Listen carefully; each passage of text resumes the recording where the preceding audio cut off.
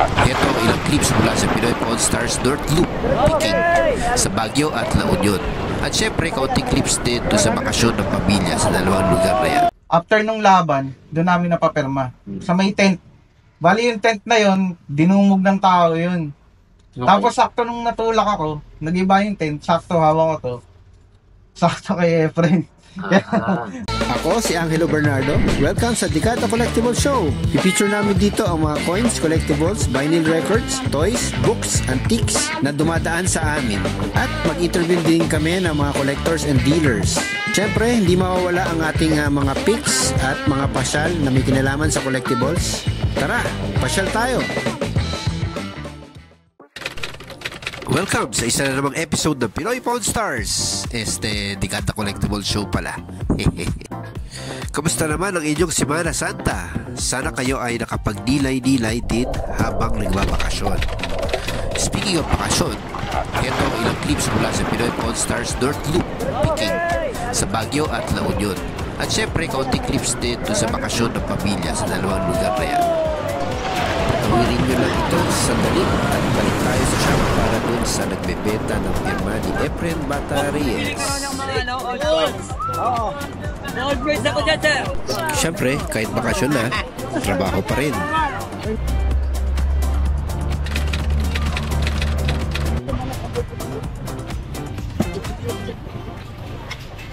Mark. Yo. At na si Bossing.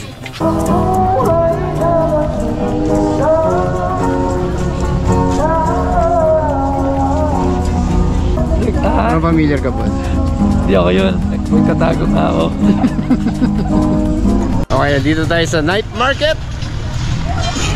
Ayan, nag-set up na sila. Ngayon pala. So, sana may makita tayo dito vintage shirts.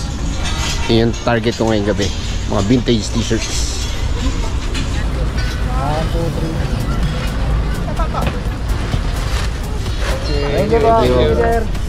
Layer. Ganda. Print ba to? Vintage print ba to lang kayo? No, legit lahat yung mga yun. Ano nga eh? US po yung mga yan. Wow, ano nga eh? Tingnan ko nga kung may US. Ha? O may US nga. Asa sa bali. Magkano yung ganyan? Mas vintage, mas pricey lang sir. Ha? Mas vintage, mas pricey lang. Prima. Ito kayo pwede isuot. Ito magkano ito? Yung yan. 1,000. Wow! That's liquid blue sir. Ayos. US lang ang nagre-release niya sir. Liquid. Santana. Siyempre gusto ko na yung ano ko. Check nyo lang. Yung type ko para ito, Rolling Stones. Pero mukhang hindi yan. 1989 yan sir. Medyo masakit 89 ba to? Gano'ng kasakit to? 3,500. Wow, shit! May date ba? May date? 89 niya, yan sir. 3.5? Wala na yung makikitang ganyan na tag sir. Yung screen star. Yan ang mga nag-release talaga ng una sir. Gusto ko relate. Tapos mga Giant, Winterland, mga ganun na. Baka pwede sa ano to? Baka pwede sa 1.5. Ay, hindi na kaya. Malayo na sa katotohanan yun sir. Ano ba yung best price to dito? 3K? Best Shit. price na yun sir. 89 eh, oh. Oo. Tsaka wala nang mga ganyan.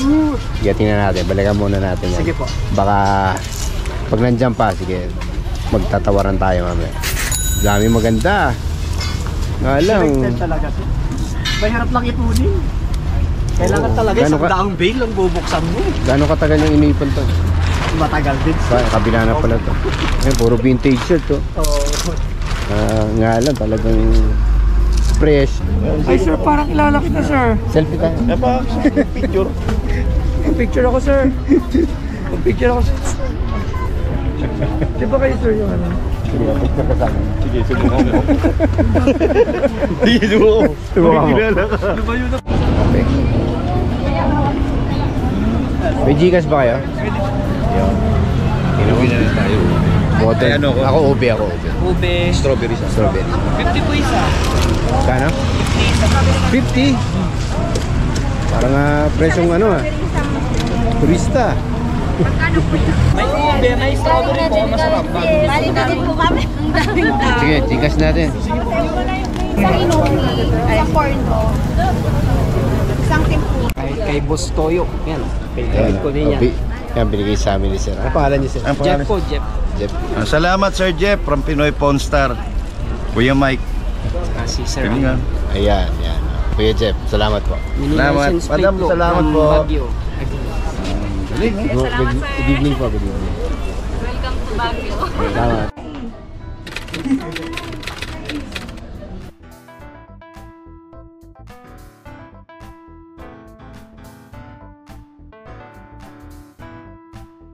Pasok, pasok!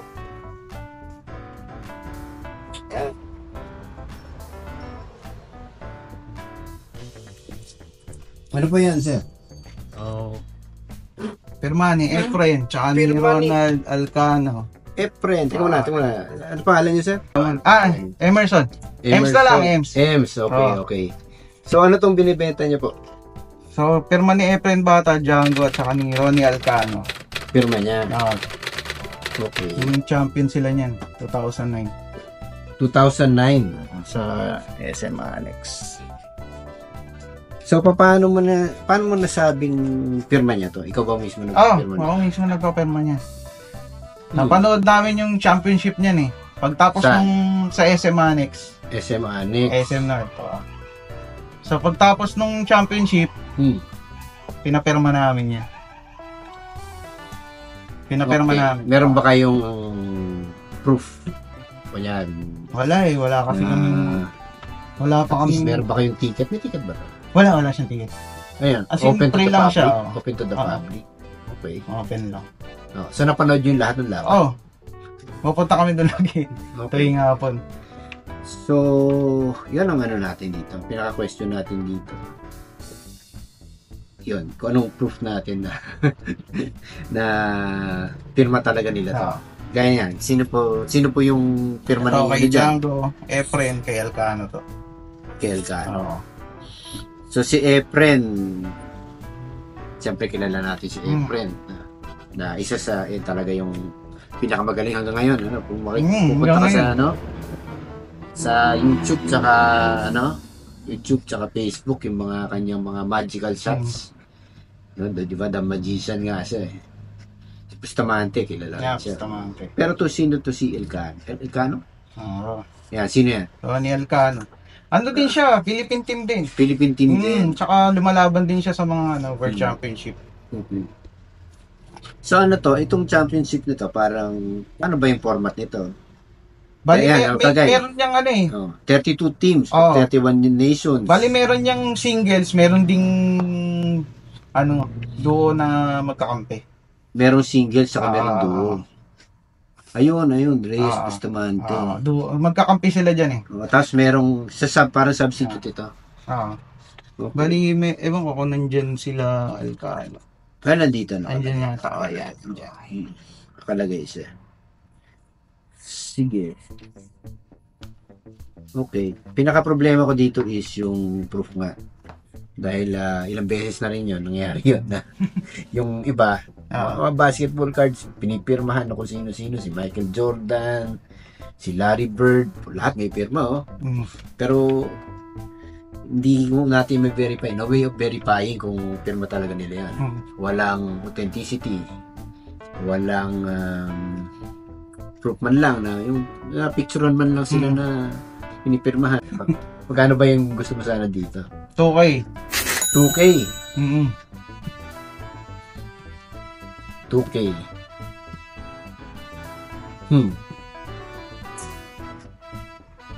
Pwede bang tumawad ng konti? Pwede naman.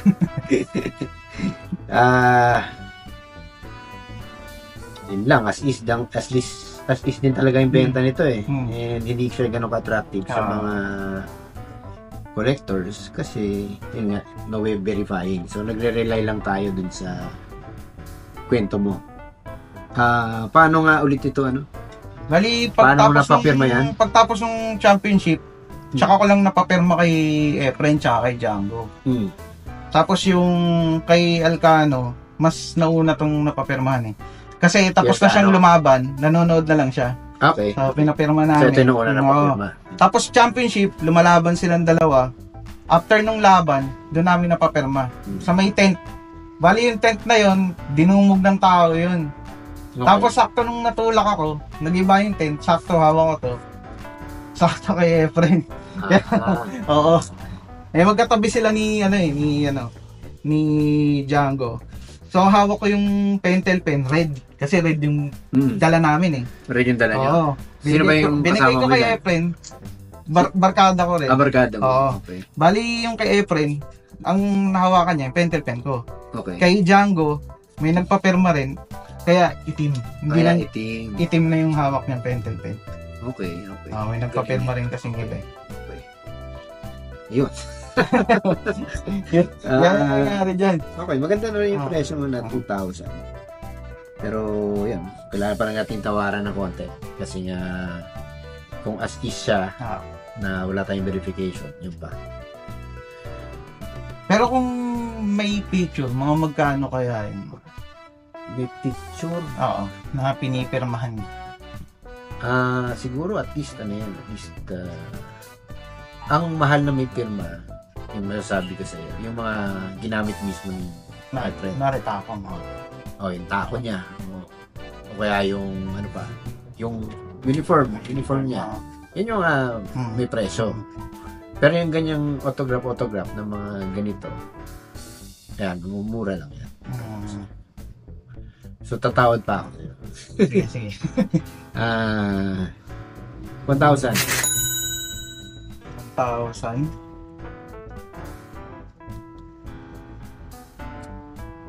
1,500. Meet na tayo sa 1,300, sir. 1,300. 1,300. Wait lang. Isipan ko muna. Sige. 1,300. Okay. Sige. Salamat, sir. Thank you. So, maraming salamat sa pagbili ni boss sa autograph ni Efren na magazine sa amin. So, okay, thank you.